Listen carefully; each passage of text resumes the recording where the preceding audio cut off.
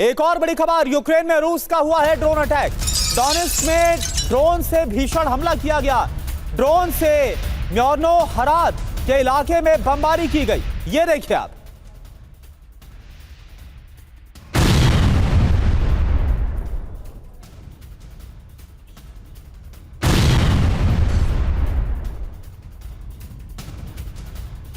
और रूस पर एक और बड़े हमले की तैयारी कर रहा है यूक्रेन। ये खबर सामने आ रही है, यूक्रेन ने बनाई टॉमाहॉक से शक्तिशाली मिसाइल। नई फ्लेमिंगो मिसाइल से मॉस्को में दहशत है।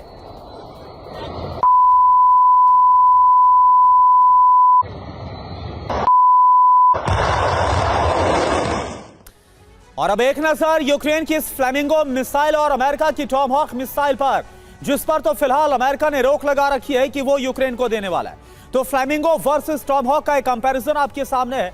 जंग में विध्वंस अभी बाकी है, ये इससे इंडिकेशन मिल रहा है। अगर फ्लेमिंगो की रेंज की बात करें तो यह है 3000 किलोमीटर और टॉमाहॉक की इससे काफी कम है, 1500 से 2500 किलोमीटर। यानी रेंज के मामले में फ्लेमिंगो ज्यादा कारगर यूक्रेन के लिए साबित हो सकती है। इसके अलावा वॉरहेड, फ्लेमिंगो जहां 1100 किलो वजन का वॉरहेड ले जा सकती है तो टॉमाहॉक महज 450। रफ्तार कितनी है? अगर फ्लेमिंगो की बात करें तो 900 किलोमीटर प्रति घंटे। यहां पर भी टॉमाहॉक थोड़ा सा कम साबित हो रही है, 885 किलोमीटर प्रति घंटे। और इंजन की बात करें तो जहां एक तरफ फ्लेमिंगो में टर्बो प्रॉप इंजन का इस्तेमाल किया गया है और वहीं टॉमाहॉक में टर्बो फैन इंजन का इस्तेमाल किया गया है। जी और देखिए, इस वक्त एक और अहम खबर, अमेरिका से पैट्रियट मिसाइल की नई खेप खरीदने जा रहा है यूक्रेन। यूक्रेन खरीदेगा घातक 27 पैट्रियट मिसाइल डिफेंस सिस्टम। रूस से जंग के बीच यूक्रेन में एयर डिफेंस सिस्टम की इस वक्त बड़ी कमी है। पैट्रियट की नई खेप इस कमी को पूरा करेगी, ये ज़ेलेंस्की की तरफ से कहा गया।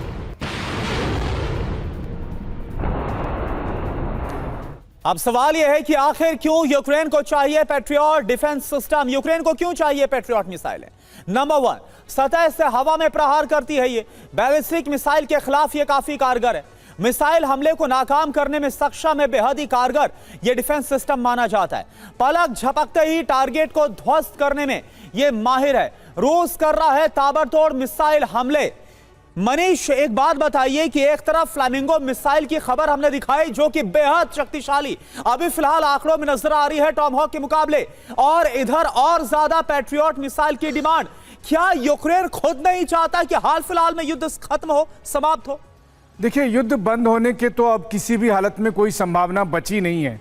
ट्रंप ने कोशिश की, लेकिन ट्रंप पर भी इतना दबाव हो गया यूरोपीय देशों का, फिर यूक्रेन की तरफ से भी, कि अब इस युद्ध को रोकने के कोई गंभीर प्रयास होते हुए दिख नहीं रहे। और इन सब के बीच में हॉलीवुड में एक डायलॉग है ना कि गंदा है लेकिन ये धंधा है। अब आप देखिए, अगर 27 पैट्रियट एयर डिफेंस सिस्टम, हालांकि पता नहीं अमेरिकन कैसे इतने पैट्रियट को सप्लाई कर पाएंगे, लेकिन अगर ये सप्लाई करने की बात आती है तो ये एक बड़ा मेजर कॉन्ट्रैक्ट है। इसके अलावा यूरोपीय देश भी बड़े मात्रा में अमेरिका से या अपने हथियार कंपनियों से हथियार खरीद रहे हैं। कुल मिलाकर ये 900 बिलियन डॉलर से अधिक का बिजनेस है, यानी भारत के रक्षा बजट से 15 गुना ज्यादा।